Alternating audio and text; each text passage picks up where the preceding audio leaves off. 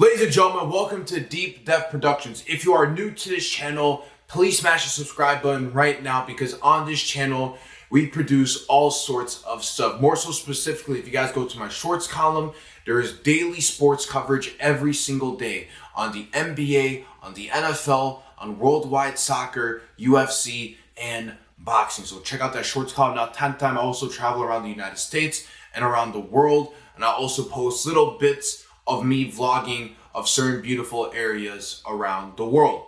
Also on this channel, you will see my full length videos such as like my podcast, the Deep Depth Podcast, where we dive into the deep end of life with multiple different types of guests, whether they're athletes, local people of the city of Chicago, whether they're influencers, musicians, all sorts of guests. We dive in deep on their passion for what they do, and we dive in deep on what's going around the world around us. So every single week on Thursdays, I'll be doing a video like this one where I ramble about random topics around the world. And the one topic I want to talk about the most for this first ever ramble video, it will be about teenagers suffering depression and us seeing a decline in attention span being linked to social media. So let's get right into it. Let's not waste any time. So I was going through Instagram the other day and I came across this Instagram page called Wealth. I followed this page and I saw this page. And when I saw this post, it really caught my eye of what it said. And I looked at the articles, I looked at the studies behind it, and it was actually pretty mind blowing. Now, not too shocking considering what's going on in today's time with us people in this modern generation. Let's get right into it. I'm going to read this to you guys. So, a University of Michigan study reveals that teens that don't enjoy life have doubled since the rise of smartphones and social media. Psychologist Dr. Jean Twain reports that nearly half of teens now express sentiments of inadequacy and a lack of enjoyment in life, which is a dramatic shift from a decade ago. The research also indicates that increased screen time is linked to a decline in traditional social milestones, such as dating and employment, further impacting mental well-being. Let's talk about it. Okay, when you look at the social media world, more so specifically the popular ones, the Facebooks of the world, the TikToks of the world, the YouTubes of the world, the Instagrams of the world, and why not? We'll throw in X in there. I like to call Twitter. I don't know why was it renamed to X? It makes zero freaking sense. Sorry, Elon, not to hate on it because I know you're getting a lot of hate at this moment in time. So here's how I look at it, right? I think you have to look at this in two different ways. There's two worlds of social media. You have the light side and the dark side. Star Wars reference. So the light side, if you look at the light side of social media, you'll see that there's positive messages. There's actually good content, such as informative content, like people teaching you how to cook, showing you these different recipes, like meal prepping and such. You have fitness influencers spreading a positive message of what we eat and put in our bodies and how to stay fit and how to conquer all the bad stuff that we have available to the United States, like seed oils and stuff like that. You have very informative podcasts. You have good comedic acting and skits, like healthy sorts of entertainment, healthy stuff of information that we digest that benefits us as human beings. But then you have the other side of YouTube and social media. That other side is the dark side. That dark side, your brain is digesting brain rot content. I love that term, brain rot. This brain rot content are people that should not be popular in the first place. That's not me to sound better or jealous of their success. Fair play to them. They blew up on the scene. I'm not going to hate on them by any means. I'm not going to hate on them. But what makes me sad is when you see good content creators working hard to blow up in social media, utilizing their tools to spread a positive message that benefits us human beings around the world. You're not getting the same sort of praise and following and support compared to people that are showing and displaying negative sorts of content. I mean, look at some of these studies that I'm going to throw up on the screen. Stuff like low attention span, stuff like increase in depression from social media. It's really sad. It's really sad. Think about, let me use this as an example. Think about healthy creativity and healthy bits of entertainment. Think about Jesse Ridgway, McJuggernuggets. If you guys don't know the OG Jesse Ridgway, he had a series back in the day called the Psycho series. The Psycho series was legit acting and skits. The guy was teaching us, and we didn't even realize it, how to act on YouTube and displaying actual good creativity, showing us behind the scenes after the series. Good-minded people, great people. Shout out to Jesse Ridgway, by the way.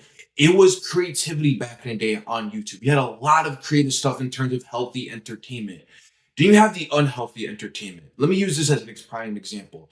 Think about those OnlyFans models that walk around to men asking them to rate them on a scale 1 to 10. And a lot of those guys are probably either already dating someone or already in a marriage and they're participating in those videos, which is, by the way, super messed up. Now, some of them could just be single, but there's more to it than meets the eye.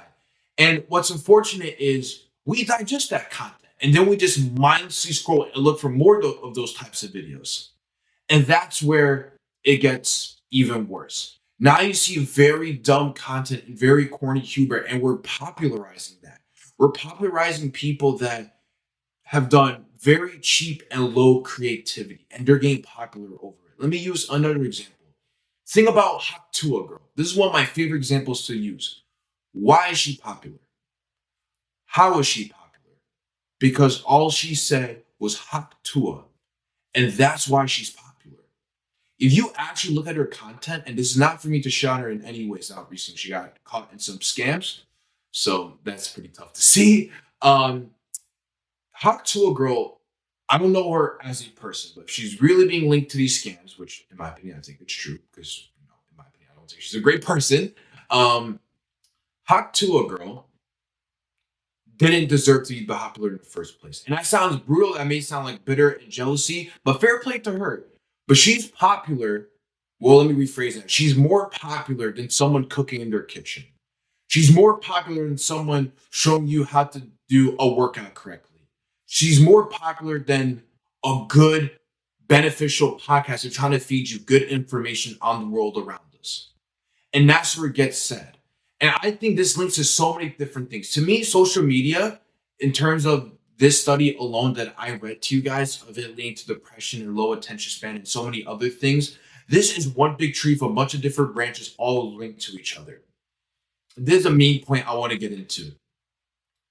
We subconsciously, and we don't even realize this, we like to compare ourselves to other people's situations. And this is where we add so much unnecessary additional pressure on our shoulders. I think this stems from social media. This stems from that dark side of social media. We want to be like these people that brings us no benefit, and they just got a lucky golden ticket from Willy Wonka by doing very stupid stuff. Why should we compare ourselves to those people, try to be popular like those people, and look at material, look at money, and look at fame? It brings you no benefits. It brings you no benefits. If you are a religious person, whatever religion you're born into, that serves you more benefit and purpose. That teaches you more about life in itself and the gratitude that you should have and how you can grow as a person. Not watching very stupid brain rot content. What does that benefit you? Watching that sort of content doesn't benefit you in any sort of way. Watch content that can better you as a person when it comes to relationships, when it comes to wanting to find the right career in life, when it comes to wanting to start a business, when it comes to, wanting to be a better cook, a comedian, an influencer. You want to watch and digest videos like that. If you want to kill time and entertain yourself, look at healthy entertainment. They can actually get a good laugh from legitimate, good material, from good, hardworking people, not this cheap bullshit. And that's where I stand on. And I think that's the sad part of social media. You have these two different worlds. You have the light side and you have the dark side. And for me, I want to lean more on the light side. With this channel, you actually my sports column. On that sports column, I like to show humor. I like to show constant daily coverage on all those sports I mentioned in the beginning of this video. On the channel, I also talk about a bunch of different stuff with guests on my podcast, and also discussing their passion and what they do in life. And that's what we have to be more so watching.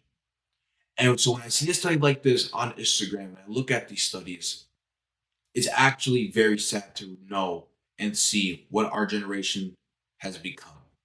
And we can change this. It won't be an overnight change, and it's not going to be easy. But the very first step is unfollow those people that serve you no benefit.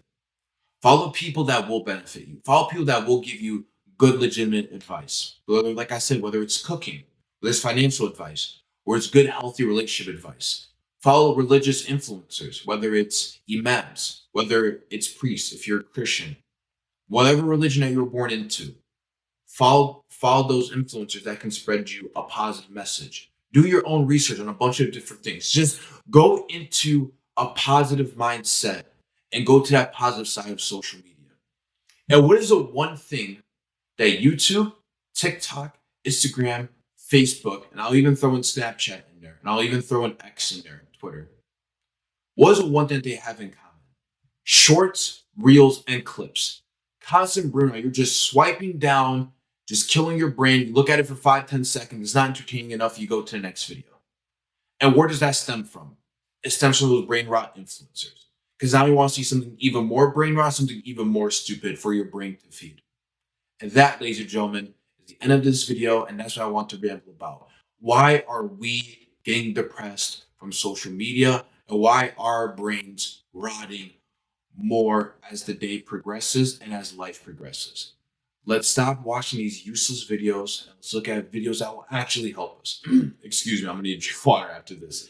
If you guys enjoyed this video, please smash that like button, subscribe to this channel, comment below what you guys think about this video, what you guys think about these weekly rambles I'm going to do every single Thursday. Let me know what you guys think about this topic. I'm very curious to hear your guys' thoughts on this topic in the comment section below. I'll reply to every single comment. Let's grow this channel. Let's grow as a community. Deep Depth Productions. I love all of you guys. Seriously. Have a beautiful day. I love you all. Peace.